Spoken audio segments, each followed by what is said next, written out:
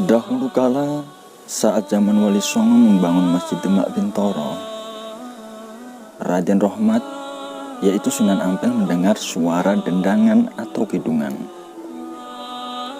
Lalu Sunan Ampel atau Raden Rohmat menyukai suara kidungan tersebut. Oleh karena itu, Sunan Ampel mengutus pekerjanya atau abdinya untuk mencari siapa yang berdendang. Lalu pekerja Sunan Ampel berangkat mencari orang yang berdendang tadi sampai dapat ditemukan. Pekerja tadi berjalan ke selatan arah timur wilayah Jepara. Kemudian ia bertemu orang yang mencari aren sambil berdendang. Setelah istirahat di dusun Petekean, Kecamatan Tahunan, Jepara, pekerja tadi lalu bertanya pada orang yang mencari aren tersebut,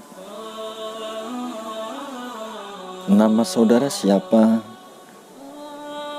Dijawabnya, "Nama saya Somasari." Lalu pekerja tadi berkata, "Apa hubungannya dengan Somasari?" "Somasari, saya di sini diutus Kanjeng Sunan Ampel untuk mengajak saudara bersilaturahmi ke Bintoro Demak. Dikarenakan Kanjeng Sunan Ampel sangat tertarik dengan suara saudara." Lalu Somasari berangkat bersama dengan pekerja tersebut ke Demak Bintoro. Kanjeng Sunan Ampel lalu berkata dengan Somasari, "Kamu dipanggil ke sini untuk berdendang karena saya sangat suka dengan suara kamu." Somasari menyanggupi perintahnya. Selain mendapat tugas ngidung, Somasari juga mendapat tugas menjaga pintu yang terdapat Sunan Ampel. Sewaktu menjaga pintu, Somasari tidur di depan pintu, dan tanggung jawab tersebut disanggupi oleh Somasari. Singkat cerita, Sunan bersama para wali serta bekerja di Masjid Demak. Somasari juga ikut bekerja bakti.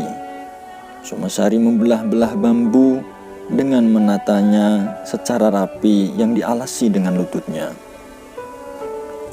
Hal tersebut diketahui oleh teman-teman pekerjanya.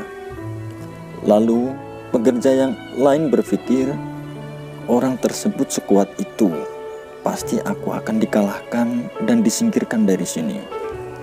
Lalu dilaporkan pada Sunan Ampel. "Kanjeng Sunan, pekerja Kanjeng yang baru itu akan mengalahkan kewibawaan Kanjeng." Kanjeng Sunan terheran. Apakah iya? Akhirnya, waktu malam Somasari tiduran di depan pintu, Kanjeng Sunan diingatkan Allah, lalu keluar dari dalam. Sambil membawa tongkat, Kanjeng Sunan keluar dari pintu, tapi tongkatnya dulu yang dijalankan. Tongkat tersebut mengenai kepala Mbah Somasari dan mengeluarkan darah putih. Lalu Kanjeng Sunan sungkem sambil menangis pada Allah untuk minta maaf. Akhirnya Kanjeng Sunan berkata, "Oh, kalau begitu Somasari adalah golongan wali yang mempunyai karomah." Selanjutnya, di sana ada kayu yang lewat, lalu Sunan berkata pada kayu tersebut, "Kayu, kamu di sini sudah direpotkan tidak oleh pekerjaan. Sekarang saya beri pekerjaan." Sambil diusap-usap kapur putih, lalu diceburkan ke sungai menjadi buaya putih.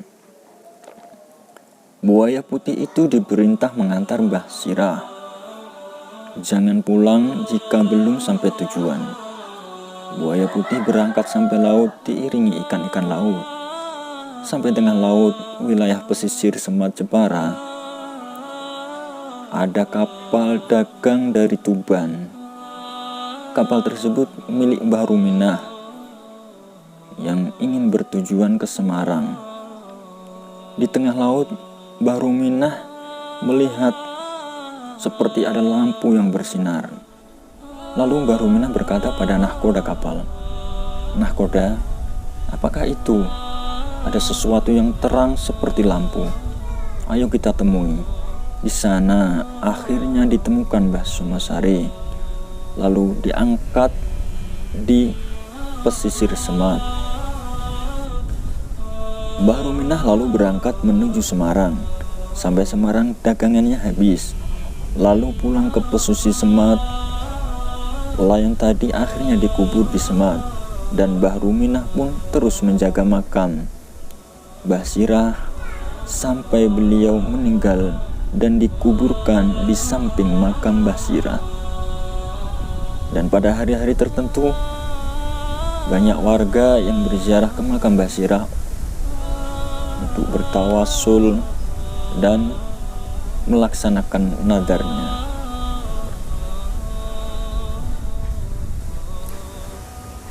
Demikianlah kisah singkat Mbah Sirah Sumosari. Semoga bermanfaat.